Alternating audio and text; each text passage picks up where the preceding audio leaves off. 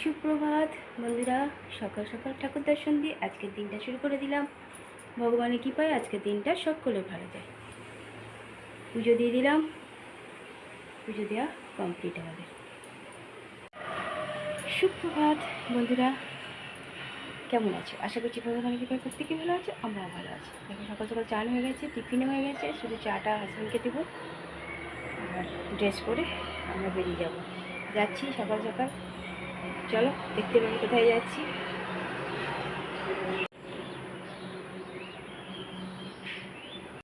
না একটা আছে, এই তো এই ব্যাগেই আছে। বেরিয়ে গেছি আমরা।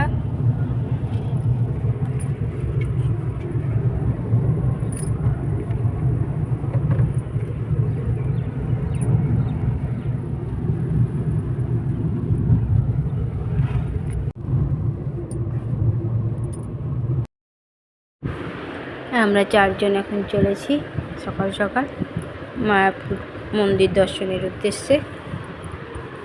চলো দেখতে পাবে কোন দিক দিয়ে যাচ্ছি। দেখো চুলটা ছেড়ে দিয়েছি, ভেজা কিন্তু পিছনে একটু বাঁধা আছে। দুই ছেলে জায়গায় বসে আছে।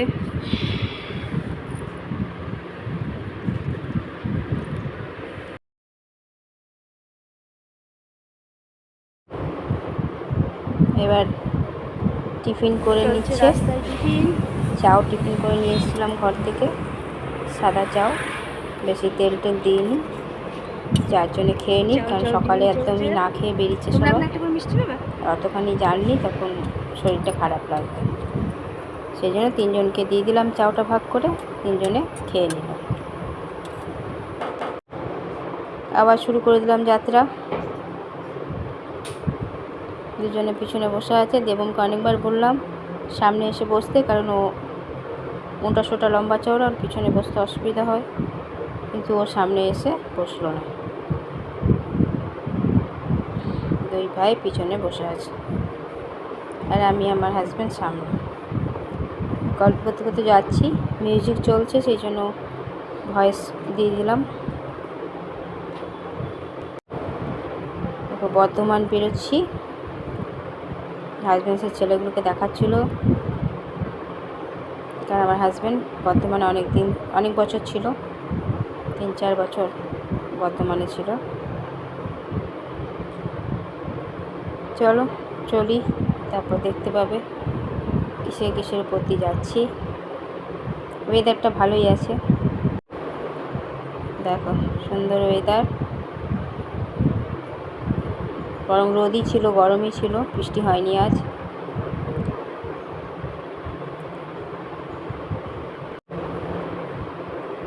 মসজিদটা খুব সুন্দর, একটা মসজিদ দেখতে পেলাম বড়।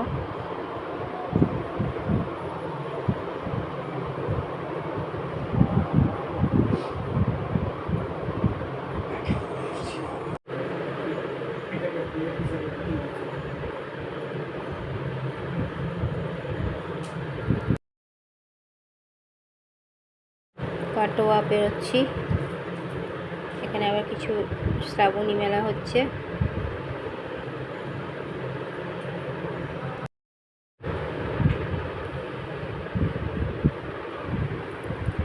ছোট ঘুমিয়ে গেছে, কখনো তাকাচ্ছে কখনো ঘুমাচ্ছে। ছেলে এখনো জেগে আছে, ছোটও মনে হচ্ছে জেগে আছে হালকা।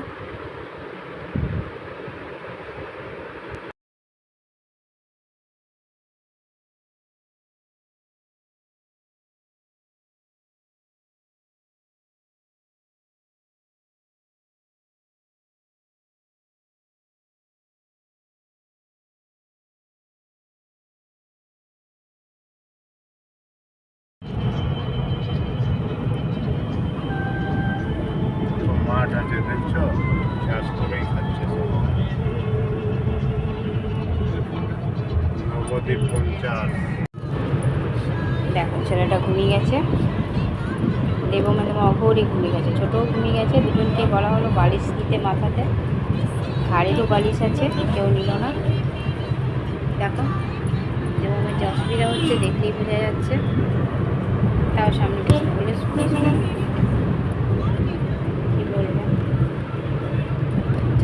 প্লেট সব হাতের কাছেই পড়ে আছে, কারো খাওয়ার ইচ্ছা নেই। দেখো রাস্তার উপর কত জল উঠে গেছে, মানে দুদিন আগে এলে পরে আমাদেরকে রিটার্ন যেতে হতো, কারণ রাস্তার উপর জল। দেখো পুরো জল বয়ে যাচ্ছে এবং অনেক জল রাস্তার উপরে। দেখো বাসের চাকাগুলো ডুবে গেছে। পেরিয়ে সে চলে যাচ্ছি।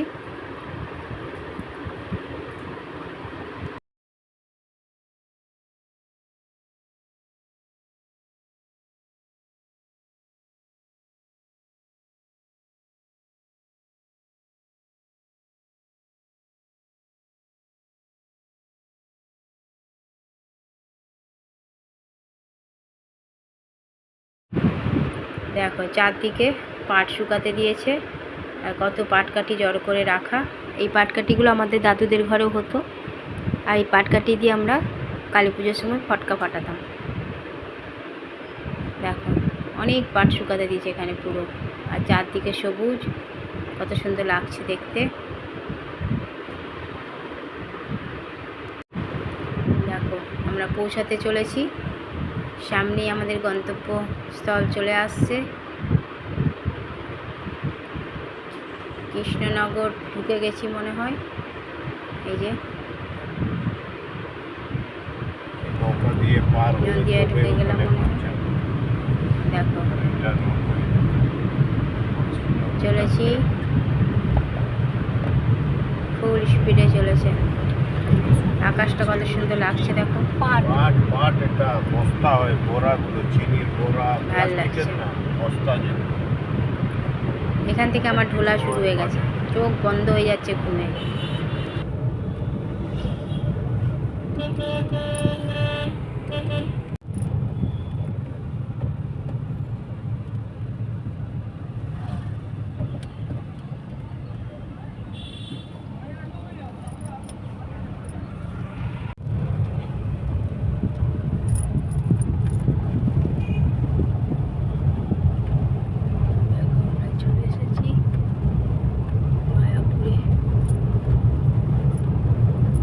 দেখাচ্ছে মিটার দেখো, মন্দিরের সামনে চলে এসেছে। 40 এসে গেলে বলবে কত মিটার হয়েছে, মিটার বলবে। এটাই বটে মনের কথা, 170 মিটার। ওই যে বাঁ দিকে ওখানে লেফট যেতে হবে। এসেছি আমরা রুমে।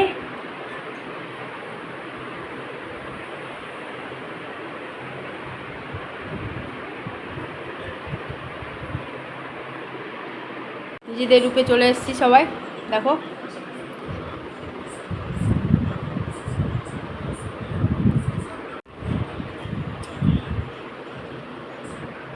দরজাটা লাগিয়ে দিয়েছো পিছনেরটা।